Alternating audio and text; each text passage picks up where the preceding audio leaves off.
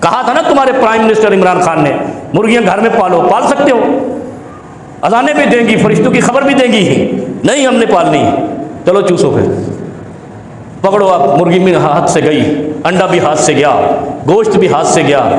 یقین کرو میں قرآن جب پڑھتا ہوں نا تو مجھے بھی حیرت ہوتی ہے کہ یار یہ ہمارا جو پرائم منسٹر آیا تھا 75 سال بعد، اس نے قرآن کی تفسیر تو نہیں پڑھ لی کہیں؟ کیونکہ پہلے تو سارے جاہلین مطلق آتے رہے نا، جو کہتے تھے زندہ ہے بھٹو، زندہ ہے، آج بھی زندہ ہے، مر گئی سندھی عوام ساری، زندہ بھٹو۔ میں حیران ہوتا ہوں کبھی کبھی کہ یہ ایسی تفسیر بیان کرتا ہے، اگر ہم جا کر ریسرچ کریں تو ہمارے رونگٹے کھڑے ہو جاتے ہیں۔ اور اللہ نے یہ چیزیں اتاری تھی عرب میں رسول اللہ صلی اللہ علیہ وسلم پر، تبھی تو اس کو آئی نالج میں۔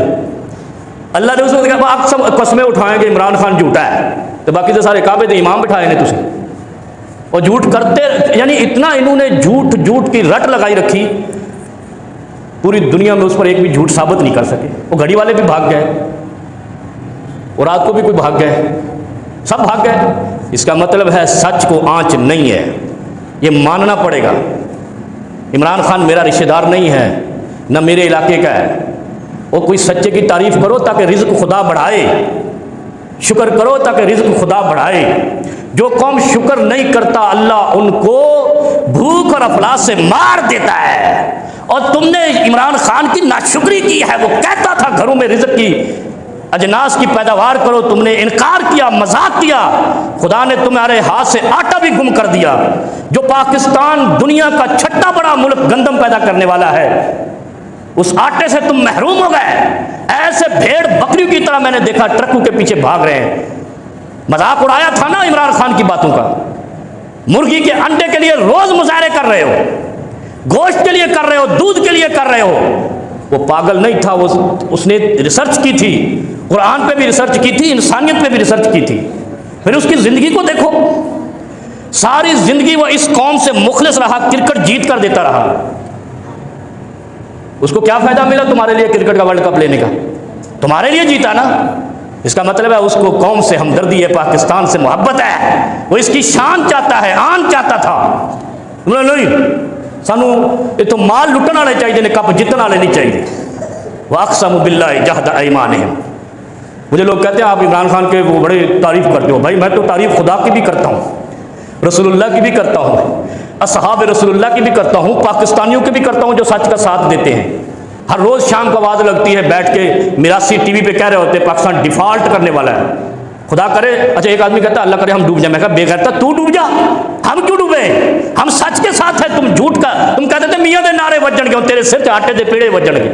ناظرین، اس قسم کی سوشل میڈیا وائرل خبریں دیکھنے کے لیے آپ اس چینل کو بھی سبسکرائب کر سکتے ہیں، اور اینڈ پہ جو بیل آئیکن ہے اگر آپ اس کو پریس کر لیں تو آپ کو یہ ویڈیو سب سے پہلے ملیں گی۔ کہا تھا نا تمہارے پرائم منسٹر عمران خان نے مرغیاں گھر میں پالو، پال سکتے ہو، اذانیں بھی دیں گی، فرشتوں کی خبر بھی دیں گی، نہیں ہم نے پالنی، چلو چوسو پھر پکڑو آپ، مرغی بھی ہاتھ سے گئی، انڈا بھی ہاتھ سے گیا، گوشت بھی ہاتھ سے گیا۔